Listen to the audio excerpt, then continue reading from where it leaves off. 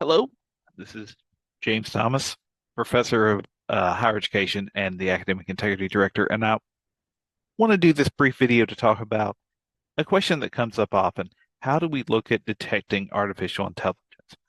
And honestly, it's a very problematic question with an even more problematic answer. And what I mean by that is things have evolved, are changing rapidly with artificial intelligence, and it becomes very problematic, time consuming, and a challenge that we're all having to face. And I want to acknowledge that. So, what I want to do with this presentation is really look at what are the considerations that may mean artificial intelligence was used for an academic submission. And we've had several conversations about this in all of our fields and all of our different ways of approaching this. But I want to talk about that briefly. I want to talk about programs that aim to help you detect AI, and I use the term aim there because they themselves have become problematic, which will lead to us talking briefly about why those may not be sufficient, and then, of course, why we still need to look and why we still need to try and why we can use these programs, but we also need to be having other conversations. So, in the interest of that, what are some signs that AI may have been used? If you're reading papers, if you're grading assignments, what are some things you can look for? If the sentence structure is overly consistent, right? We know that students are at all different levels of writing. Some students have very formal training for writing. We can think about examples perhaps of some international students who are taught to speak and write in very formal ways that we might not expect a local student perhaps to have as formal, or that perhaps local student will use more vernacular language in their even in their academic writing. So we have to be careful, but if we start to see that, almost every sentence is the same general structure, has the same general amount of words, there's no sign of complex sentences, things like that, that could be a sign. And so, as I kind of say on the slide, paragraphs that are written uh, tend to be similar in length when it's AI generated. A lack of specific or real world examples can be an indicator that AI has been used. If language is consistently neutral, it lacks a sense of voice, it's being overly matter of fact. And again, we have to think about what field we're looking at. If we are looking at, for example, perhaps a science field where it's going to be, and the assignment is just to report data, of course, that may be very neutral. But again, we have to think about our fields, and that's best left to the people working in those fields. If it has few to no citation, or the citations listed cannot be found, artificial intelligence really still struggles with citations. That it is getting better. What we would have saw even 6 months ago as an indicator, it has adapted and it has learned, but often we're still seeing incomplete citations, citations to journals that may not exist, or attribution of a article to a journal that it what didn't appear and it appeared in another journal. We're still seeing that enough that it can be a way to flag it. Also, if there's rapid change of voice from previous student work, if I have a student that may have written in one style that I can go back and look and be like, on the discussion board they're saying this on, and then their first paper is this, and then the next paper is perhaps rapidly different in some way, that could be a sign of artificial intelligence use. So those are some general things to look at. And of course, we could do an entire week-long lecture series about that. That's not the scope of this. Other signs can include a lack of reference to course materials. So, if they just take your prompt for your assignment and drop it into, let's say, ChatGPT, it will generate a response, but it may not include things that you had them read for the course. So if you're not seeing what you assigned them to read reflected at all in their writing for the course, that could be a sign. Awkward or missing transitions. So sometimes if you have multiple prompts and they put them in individually to generate a longer essay, it may lack that segue or those transitions. Those are some things to look for. These elements then are important because AI detection programs should only be used as a secondary way to discover artificial intelligence usage. I fully realize it is a very time consuming process to grade papers, And having to look for artificial intelligence becomes much harder. And while it would be helpful if we had, for lack of a better term, a universal catch-all that would always detect artificial intelligence for us, that doesn't actually exist yet. It probably never will. And I'm going to talk about why that is, but I am going to talk about some that you can use that may be helpful to keep in mind. But I would caution use them only after you found some of these other elements that could be a sign of artificial intelligence. So if you do find some of this evidence, you might find some of these tools helpful. But again, know that there are times that false positive and false negatives are related to their use. And we don't want to falsely accuse a student, but we can have a conversation with that student and maybe discover something. So Turnitin, of course, has an AI detection option that can be enabled. The positives of that, according to many scholars, is it is something that's already there for us. It's loaded into Canvas. It can provide a percentage score for results saying this looks, 80% artificial intelligence or something like that. The cons of that, though, is that the newer programs and models of AI rapidly develop just bypass that detection. If you've attended some of the presentations I've done about artificial intelligence before, I shared that even 18 months ago, uh, I was talking to a high school student that talked about how he had watched his peers use four different layers of, having, for instance, ChatGPT write it, and then they had a program code that was passed around that they used that would use then synonyms for certain words, which of course meant it was harder to detect. But then they ran it through another thing, and then they ran it at the end through one more service. So they're running it through four layers to generate the text, but it was enough to full Turnitin. So we do have to think about that. The other thing that we need to think about is, as I alluded to earlier, if a student was trained to write very formally, it can be more likely to flag their work as plagiarized, even if they did not. An example of where this is popping up some in the literature is international students who are trained in highly formalized English are more likely to be flagged if they're writing very formally because it looks more like AI. It's very, again, it's formal. And often American students are more likely to use vernacular language or do different things that are less likely to be flagged. So it is possible to have false positives, and we do want to be careful about falsely accusing a student. It affects their view of the university. It affects their view of our courses, and we don't want that.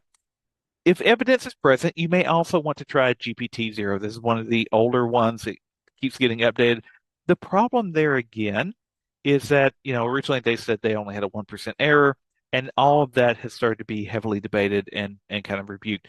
The positives, it is free for educators.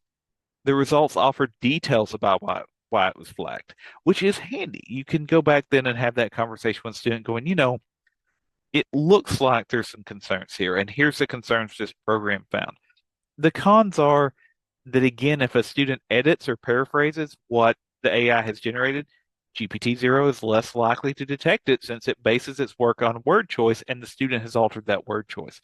So going back to my example earlier, if we do see students who are using multiple layers of change on AI generate, it is more likely to get by. And so we do need to be very considerative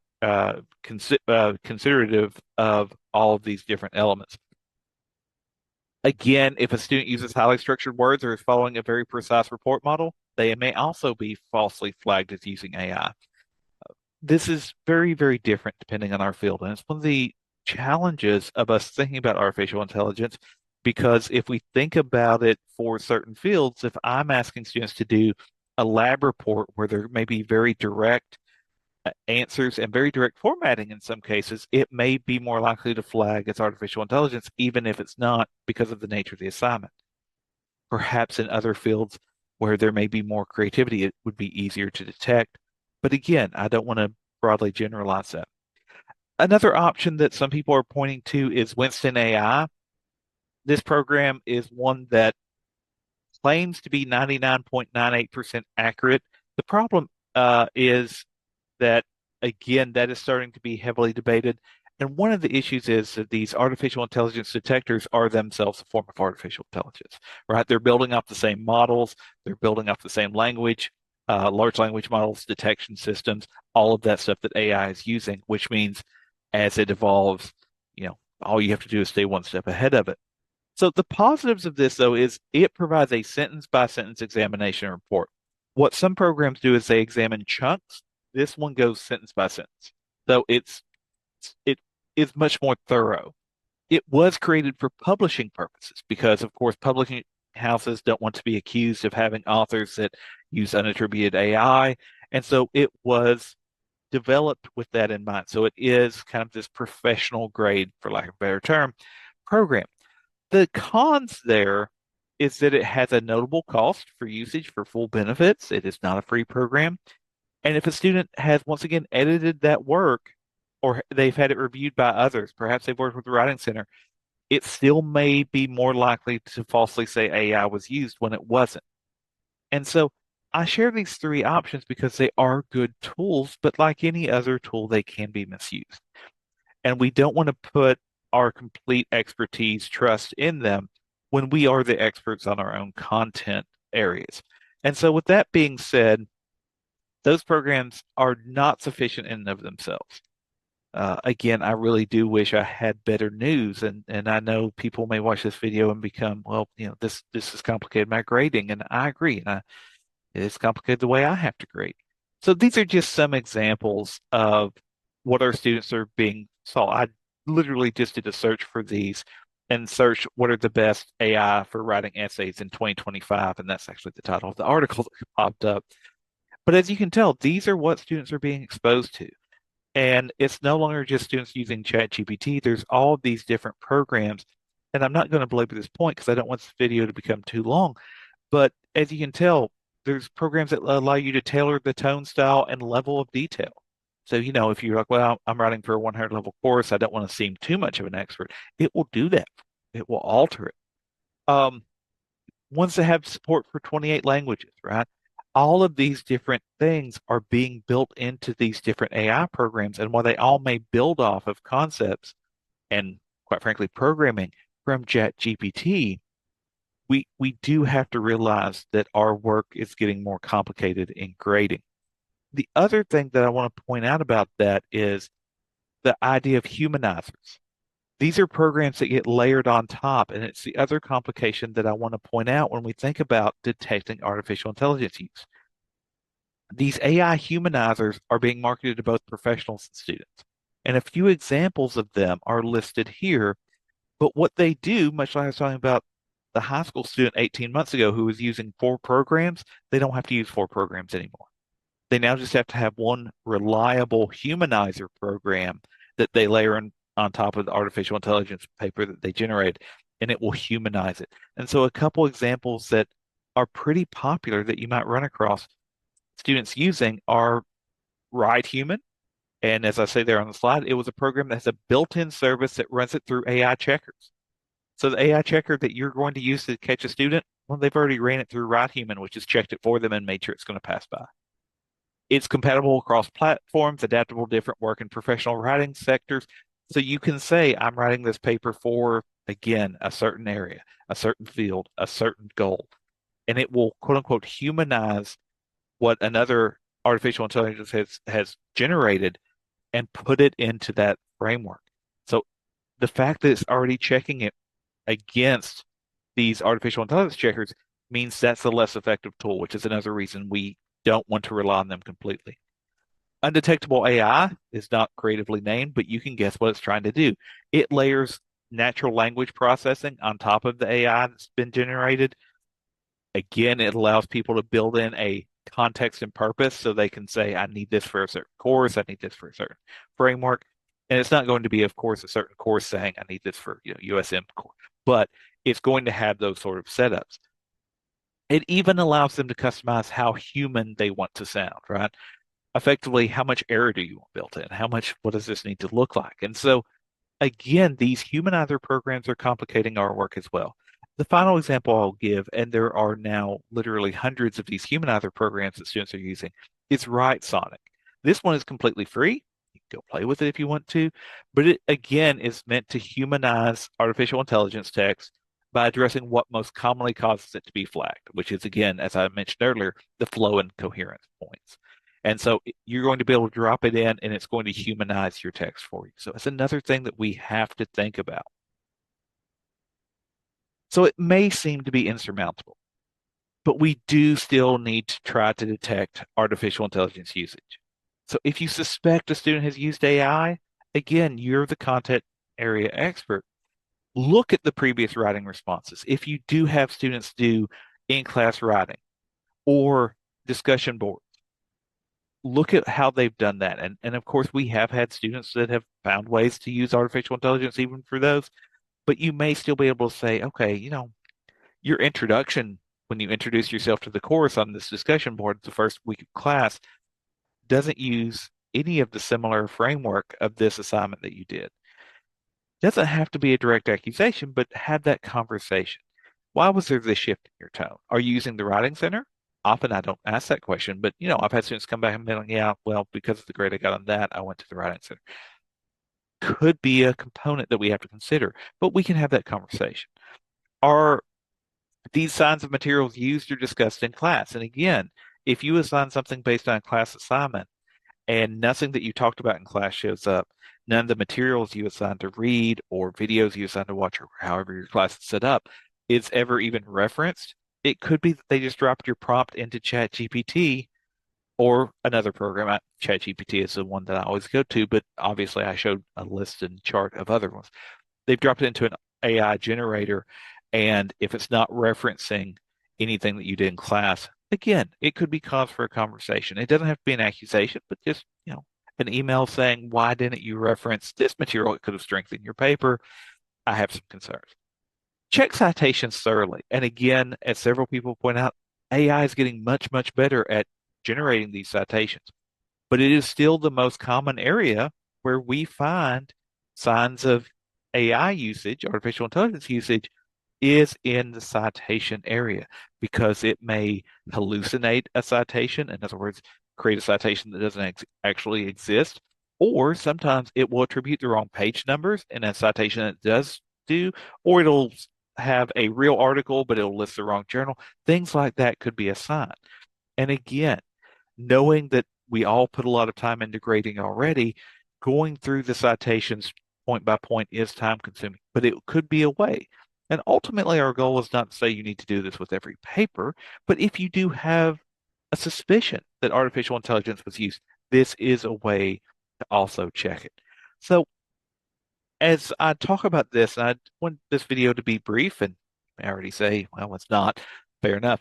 But all of that being said, as you think about this, and if you think about your course content and how you address artificial intelligence, again, know that these artificial intelligence checkers do exist. Just know that they should not be our only metric to look for because they can falsely say people used AI. They can miss AI that was used because of these humanizers and all of these other things and the way students have adapted. And so, with that being said, if you have a suspicion, check some of these things. You're more than welcome to use an artificial intelligence checker, though you do want to be careful and find out what happens to the data from that. We do want to respect student privacy. So as you go through this, as you think about this, if you have questions or concerns, of course, you're more than welcome to contact us in the Academic Integrity Office at integrity@usm.edu. But also just know that you can do some of these tools, and we have had people say in the past they use multiple checkers to check things when they do have suspicions. That is another way to do it. Just understand that all of this has some complications as these programs continue to evolve. Not only the generators, but the programs that are evolving to quote unquote humanize the responses that also are allowing them to bypass AI detection. It is a challenging thing that we do, but the education of others is always worth the challenge. And so as we think about it, and as we think about how we can do this, just keep in mind that these tools exist. They are there to help, and so are we. You can reach out to us at any point. Thank you for listening to this video. Occasionally, apologize for my occasional stutter here and there, but I hope this has been helpful. And again, do not hesitate to reach out to us. That's what we're here for. We will help in any way that we can. And so I thank you for your time and your attention. Take care.